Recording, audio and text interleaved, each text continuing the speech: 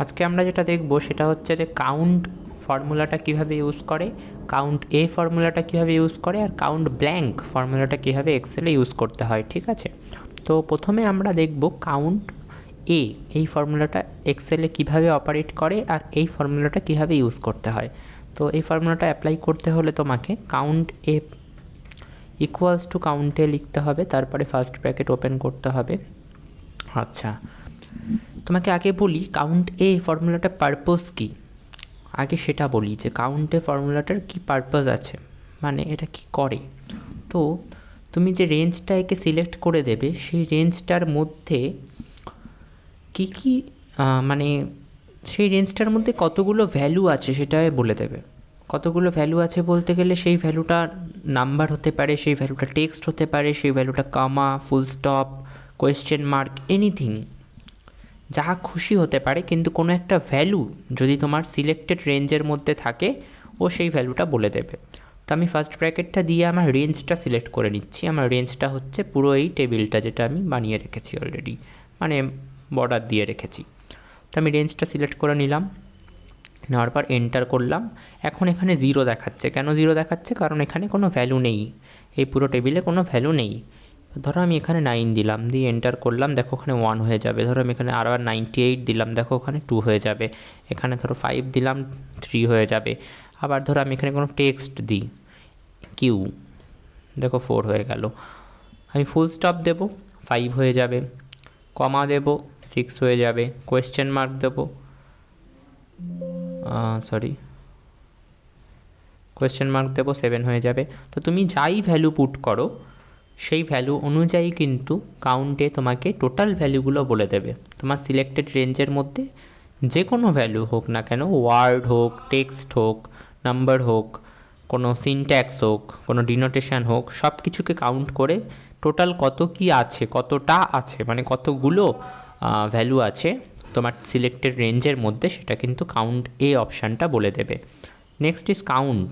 Count অপশানটা কী কাজে লাগে? কাউন্ট অপশানটার জন্য ইকুয়ালস টু কাউন্ট করে ফার্স্ট ব্র্যাকেট ওপেন করবে, তারপর রেঞ্জটা সিলেক্ট করে নেবে। কাউন্ট অপশানটার কাজ হচ্ছে যে যে রেঞ্জটা তুমি সিলেক্ট করেছো, রেঞ্জ সিলেক্ট না করে তুমি চাইলে একটা রো সিলেক্ট করতে পারো, একটা কলমও সিলেক্ট করতে পারো, সেক্ষেত্রেও কাউন্ট অপশান কাজ করবে। সেরকম কোনো ব্যাপার নেই যে পুরো রেঞ্জ সিলেক্ট করতে হবে, পুরো একটা টেবিল সিলেক্ট করতে হবে, বাট আমি এখানে টেবিল সিলেক্ট করেই দেখাচ্ছি। তো কাউন্ট অপশানটার কাজ হচ্ছে যে তোমাকে কতগুলো নাম্বার আছে ওই সিলেক্টেড রেঞ্জের মধ্যে, কতগুলো নাম্বার আছে সেটাও বলে দেবে। যেমন ধরো ওই সিলেক্টেড রেঞ্জের মধ্যে নাম্বার কটা আছে, 5, 9, 98, ও দেখো এখানে 3 দিয়েছে। এবার আমি যদি ধরো আরেকটা নাম্বার এখানে পুট করি 7, ওটা 4 হয়ে যাবে।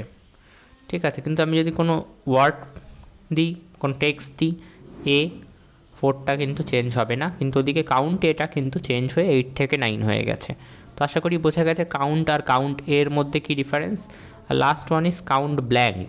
কাউন্ট ব্ল্যাঙ্ক, এটার কাজ কি? নাম শুনেই বোঝা যাচ্ছে হয়তো যে কাউন্ট ব্ল্যাঙ্কের কাজটা হচ্ছে আমাদেরকে এটা বলে দেবে কতগুলো ব্ল্যাঙ্ক সেল আছে, ব্ল্যাঙ্ক সেল কতগুলো আছে সেটা আমাকে বলে দেবে। আমি যদি রেঞ্জ সিলেক্ট করি, দেখো 89টা ব্ল্যাঙ্ক সেল এর মধ্যে রয়েছে। আমি যদি এখানে একটা 90 দিয়ে দিই, 90 না, ধরো একটা কিছু যা খুশি 76 দিয়ে দিলাম, এখন ওটা কত হয়ে গেল, 89 থেকে 88 হয়ে গেল। তার মানে একটা ব্ল্যাঙ্ক সেল কমে গেল, সেই কারণে ওটা 89 থেকে 88 হলো।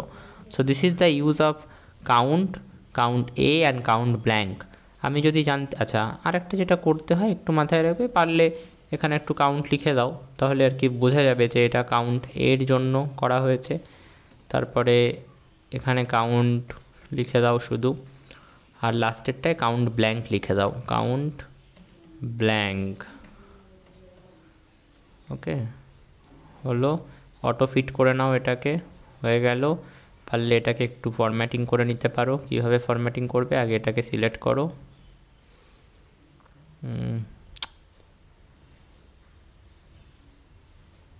মাউস না থাকায় এটা প্রবলেম হচ্ছে, হ্যাঁ ঠিক আছে। সিলেক্ট করার জন্য কি করতে পারো, কার্সার থেকেও করতে পারো। আর একটা শর্টকাট বলে দিচ্ছি, আগেও বলেছি, control shift side arrow plus down arrow, দুবার ডাউন অ্যারো প্রেস করলেই দেখবে এই অবধি থেকে কাউন্ট ব্ল্যাঙ্ক অবধি চলে আসবে। তারপরে যেটা করতে পারো, এখান থেকে চাইলে তুমি বর্ডার দিয়ে দিতে পারো এটাকে একটা, তারপরে যেটা করতে পারো সেটা হচ্ছে কালার অ্যাপ্লাই করতে পারো। So these are the things that you can do. So this is about it. In the next video we are going to look up or we are going to discover the VLOOKUP formula in Excel. That is going to be a very interesting and very important topic.